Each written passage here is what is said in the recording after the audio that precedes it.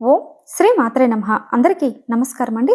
2026 సంవత్సరం ఆగస్టు 12వ తేదీ బుధవారం రోజున ఆషాఢ అమావాస్య మరియు ఇదే రోజు సూర్యగ్రహణం కూడా సంభవిస్తున్నదండి.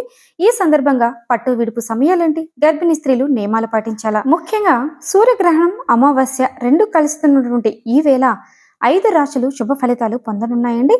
ఆ రాశులు ఏమిటి, ఇలాంటి విషయాలన్నీ కూడా ఇవాల్టి వీడియోలో వివరంగా తెలుసుకుందామండి. భూమికి సూర్యుడికి మధ్యలో చంద్రుడు వచ్చినప్పుడు సూర్యగ్రహణం ఏర్పడుతుందండి. ఈ సమయంలో సూర్యుడు, చంద్రుడు, భూమి మూడు కూడా ఒకే సరళ రేఖపైకి వస్తాయి. దీనివల్ల చంద్రుడి నీడ భూమిపై పడి ఆ ప్రాంతంలో ఉన్న వారికి సూర్యుడు పూర్తిగా కానీ పాక్షికంగా కానీ కనిపించకుండా పోతాడు. సూర్యగ్రహణం కేవలం అమావాస్య రోజుల్లో మాత్రమే సంభవిస్తుందండి. సూర్యుడిని చంద్రుడు పూర్తిగా కమ్మేస్తాడు కాబట్టి ఈ సమయంలో పగలే చీకటిగా మారుతుంది. సూర్యుడిలోని కొంత భాగాన్ని మాత్రమే చంద్రుడు అడ్డుకున్నప్పుడు సూర్యుడు సగం కట్ అయినట్లు కనిపిస్తాడండి. దీన్ని పాక్షిక సూర్యగ్రహణం అంటాము. ఇకపోతే వలయాకార సూర్యగ్రహణం, ఇది చంద్రుడు భూమికి దూరంగా ఉన్నప్పుడు జరుగుతుంది. సూర్యుడి మధ్య భాగాన్ని చంద్రుడు మూసివేయడం వల్ల చుట్టూ కాంతి ఒక ఉంగరంలా కనిపిస్తుందండి. దీన్ని రింగ్ ఆఫ్ ఫైర్ అని కూడా పిలుస్తాము. 2026 సంవత్సరంలో రెండవ సూర్యగ్రహణం మనకి ఆగస్టులో ఎప్పుడు ఏర్పడుతుందో ఇప్పుడు చూద్దామండి. 2026 సంవత్సరం ఆగస్టు 12వ తేదీ బుధవారం రోజున ఆషాఢ అమావాస్య రోజున ఈ రెండవ సూర్యగ్రహణం సంభవిస్తుందండి. పట్టు విడుపు సమయాలండి. 2026 సంవత్సరం ఆగస్టు 12వ తేదీ బుధవారం రోజు రాత్రి 9 గంటల 4 నిమిషములకు ప్రారంభమై ఆగస్టు 13వ తేదీ గురువారం రోజు తెల్లవారుజామున 4 గంటల 25 నిమిషముల వరకు ఉంటుందండి. గ్రహణం యొక్క ప్రధాన దశ 6 నిమిషాల 23 సెకండ్లు ఉంటుందండి.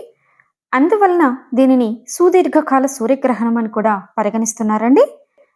గ్రహణం ఏర్పడే సమయంలో మన భారతదేశంలో రాత్రి కావడం మరియు సూర్యాస్త సమయం కూడా ముగిసి ఉండటం వల్ల ఇది మనకి కనిపించదు కాబట్టి ఇక్కడ మనకి సూతక కాలం కూడా వర్తించదండి.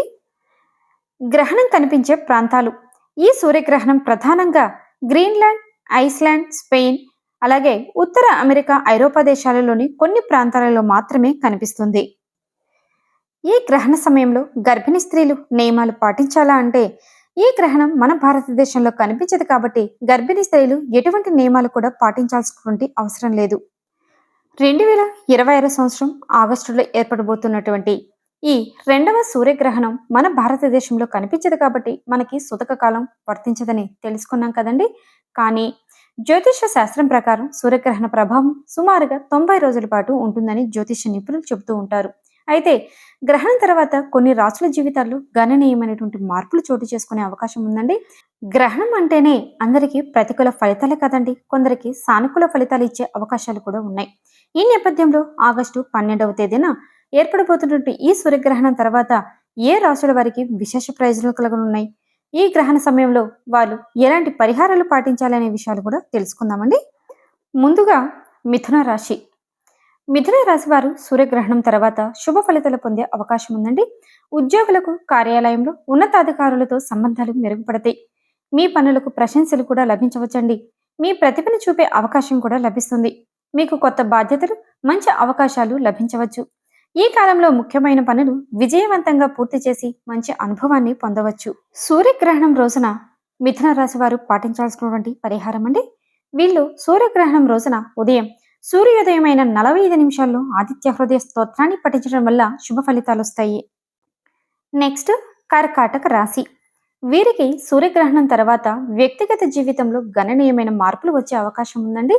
ఈ కాలంలో మీ ఆత్మవిశ్వాసం పెరిగే అవకాశం ఉంటుంది. మీ మానసిక బలం పెరుగుతుంది. మీ నాయకత్వ లక్షణాలు వెలుగులోకి వస్తాయి. మీ వ్యక్తిగత భావాలను అందరితో పంచుకోవడం మానుకోవాలండి.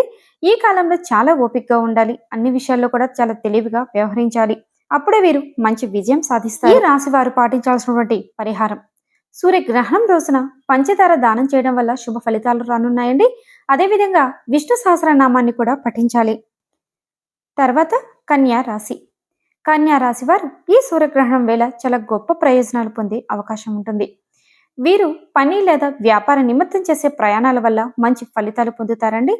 ప్రేమ, వైవాహిక జీవితంలో పరస్పర అవగాహన కూడా పెరుగుతుంది. మీ భాగస్వామితో బంధాన్ని బలపరుచుకుంటారు. ఈ కాలంలో పెండింగ్లో ఉన్న పనులు పూర్తి చేసేందుకు కూడా ప్రయత్నిస్తారు. కొత్త నైపుణ్యాలను నేర్చుకోవడానికి కూడా ఆసక్తి చూపుతారండి.